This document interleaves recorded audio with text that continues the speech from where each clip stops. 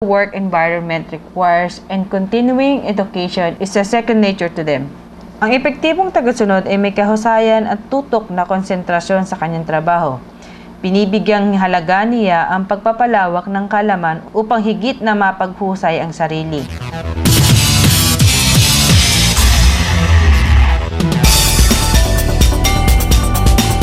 The next quality is that they are courageous, honest, and credible. Courage, honesty, and credibility are important characteristics of effective followers.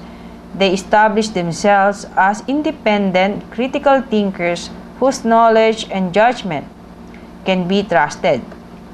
They give credit where credit is due, admitting mistakes and sharing successes. They form their own views and ethical standards and stand up for what they believe in. Mahalaga sa isang tagasunod na siya ay matapang hindi lamang sa aspeto ng pakikipaglaban, kundi maging sa kung ano ang tama at mabuting gawain. Ang katapatan na hindi lamang sa pagsasabi ng kung ano ang mali, maganda, o pangit sa kapwa o pinuno, kasama rito ang pag-amin sa kamaliang nagawa. Things don't just grind to a halt when the leader steps aside or is pushed aside. Having one leader, one person who calls all the shots, is not necessarily the best way to get a good result. So good followers are essentially people who have all the leadership skills that leaders have. They're people who persuade other people. They're people who know how to implement decisions, and they know how to create a vision too. They don't sit around waiting for the leader to come up with all the ideas. We all play many roles. Even in the course of one day, we may be the leader in one situation, but we're the follower in several others. So we all have experience with both roles, and for us to get good leaders, we need to have courageous followers. We need to have followers who act with intelligence, with integrity, with dedication, and with creativity. And unless followers are willing to take on that responsibility, we won't have good leaders. Right now, we live in a world that's careening out of control. We have too many leaders who are messing up everywhere, at the community level, at the organizational level, at the state, at the national, at the global level, and we can't wait around until these leaders get it straight. We need more followers to step forward, followers who have all the capacity they'll ever need to be good leaders and put their shoulder to the wheel to address many of these challenges.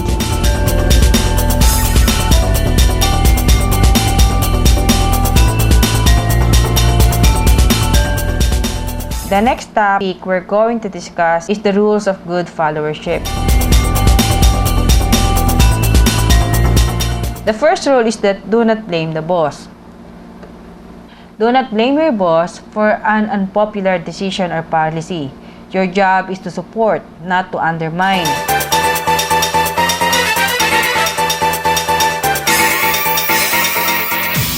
Do not fight the boss. Fight with your boss if necessary, but do it in private.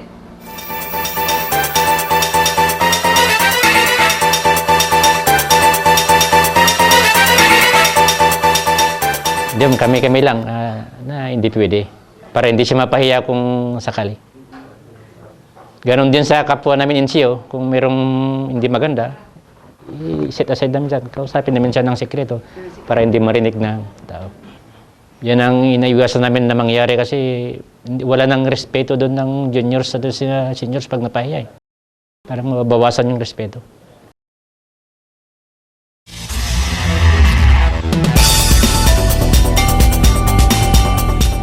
Next is use initiative.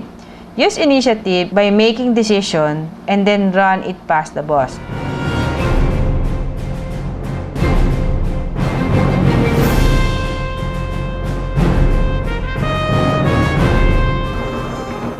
Ginawa ko, pumosisyon ako kasi yun lang yung nakita kong cover doon eh. Ganitong puno eh. So doon ako pumosisyon. Habang pumosisyon ako doon, sinesenisan ko ng tropa na bilisan nilang umakyat. Kung habang andun ako, may lumabas na ng mga kalaban. Sabay putok sila sa location ko. At least nakapag-retaliate kami. Pero nung time na magpapalit na ako ng magazine, biglang parang may pumalo sa kamay ko. Sakit. Tapos nakita mo yung kamay ko na gumano lang, tapos kita ko pumuti. Tapos yung baril ko, andyan na, nahulog. Sabi, tinamaan ako. Pero parang iniisip, parang hindi pa rin ako maniwala na tinamaan ako eh. Tinamaan ba ako? Tinamaan ako, dumapa na ako. And dahil sa gusto ko pang lumaban, kahit laylay na yung kanang kamay ko, kinukuha ko yung baril ko noon. Isang isang ganunan lang makukuha ko eh. So nung ginaganon ko, yun din naman nung time na tinamaan din ako dito. Tinamaan ako dito, tapos dito. Buti lang may yung lead scout ko, si Corporal Ungiwang. Nung nakita niya siguro na gano'n na yung sitwasyon to, wala siyang choice kundi kunin ako eh. Kinuha niya ako. Ginulong-gulong niya ako pababa. Yung kamay ko nung time, gumaganon-ganon lang eh. Parang talagang dinapa niya ako eh. Dinapa niya ako tapos pag ganon. Gumulong-gulong kami dalawa. Doon sa baba. Nagkaiwalay na lang kami nung umaray siya. Sabi niya, sir, tinamaan na rin ako. So nung andun na ako sa baba, hindi huminto ang kalaban. Tinitira-tira pa rin ako doon. Tapos mamaya-maya may lumapit sa akin. Naramdaman ko uli na may humahatak sa humahatak dito, humahatak sa kwelyo ko. Tapos pakilala siya, sir, ako si Private at Trap, sir, kukunin kita, sabi niya. So, natuwa ako. Kasi doon, inantay ko na lang na tamaan din ako eh. Kasi nga yung trajectory nga ng bala, doon din sa location ko noong time na yun. Kukunin ko kayo, sir, sabi niya. Hila-hila niya ako. Siyempre, private at that, yun din siguro yung first encounter niya rin. Hindi niya rin na-assess kung saan niya dapat ako hilain. So, hinila niya ako kung saan kami galing eh. Hinila ako saan kami galing. Which is, kung nandun ka sa taas, kitang-kita mo yung ground na yun. No? So, habang hinihila niya ako, tinitira kami talaga. Nararamdaman ko na sinusundan kami na eh. Hanggat sa huminto kaming dalawa, o huminto siya sa kahihila. Sabi niya, sir, tinamaan na rin ako, sabi niya. So, huminto kami. So, sabi ko sa kanya, huwag ka na munang gumalaw. Kasi pagkaintindi ko, once na gagalaw kami, yun yung nagiging refer. Pag gumagalaw-galaw yung mga kugon, yun ang titirahin nila eh. So, habang tuloy ang labanan dun sa taas. Tapos, may dumating uli, dalawang private. So, sabi ko, parang hindi ko inasahan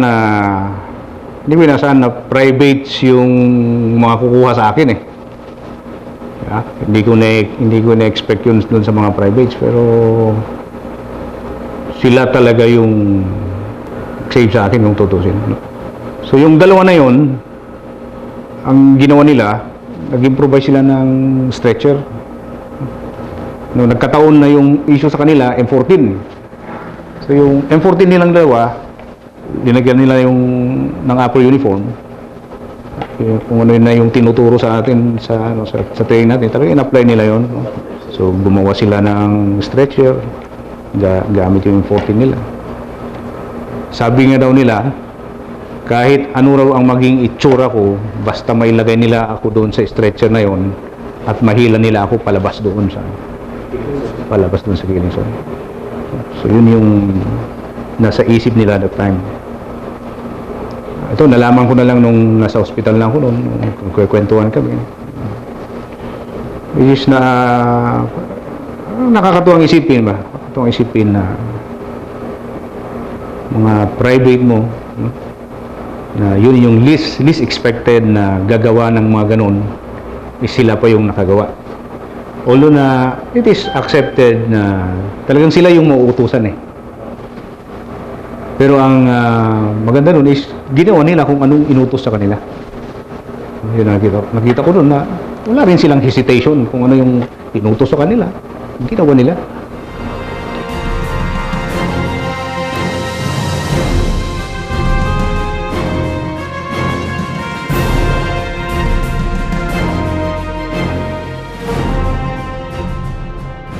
Accept responsibility. Accept responsibility whenever offered.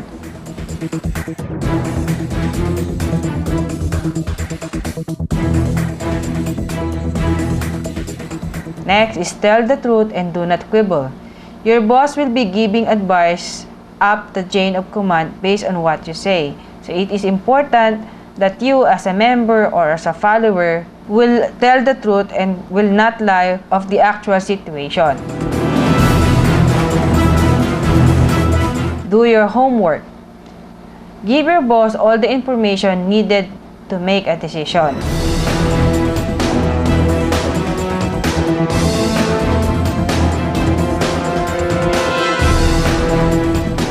Next is that suggest implementation.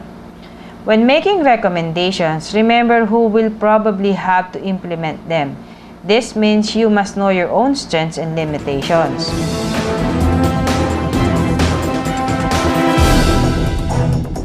Next is keep the boss informed. Keep the boss informed of what is going on in the unit.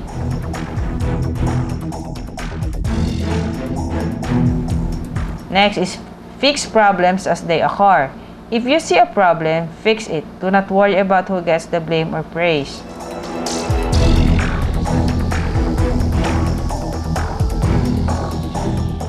Next is put in an honest day's work.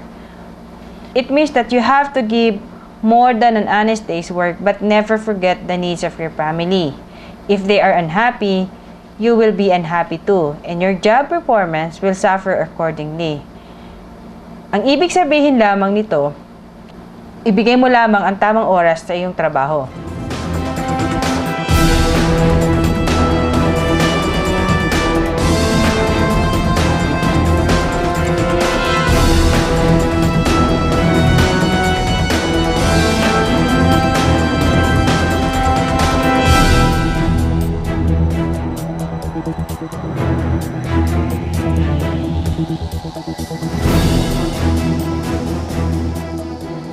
That ends our lesson for today. Good day and thank you.